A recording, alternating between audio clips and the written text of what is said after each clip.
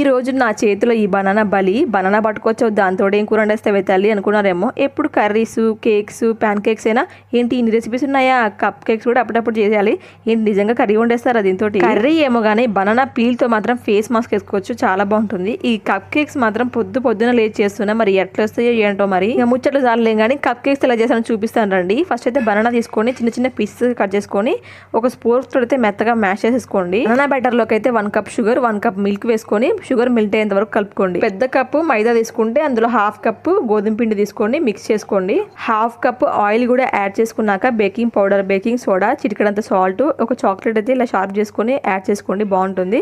ఇప్పుడు గిన్నెలకైతే ఆయిల్ రాసుకొని ఇలా పిండితో డస్టింగ్ చేసుకున్నాక బ్యాటర్ యాడ్ చేసి ప్రీ హీట్ చేసుకున్న గిన్నెలోకి జస్ట్ 15 మినిట్స్ అంతే, ఎక్కువ టైం కూడా పట్టదు. 15 మినిట్స్ తర్వాత బేక్ అయిపోతాయి. ఈ స్నాక్స్గా కానీ బ్రేక్ఫాస్ట్ కూడా చాలా బాగుంటాయి, ట్రై చేయండి. వెళ్తూ కప్ కేక్స్ లైక్ ఇవ్వండి.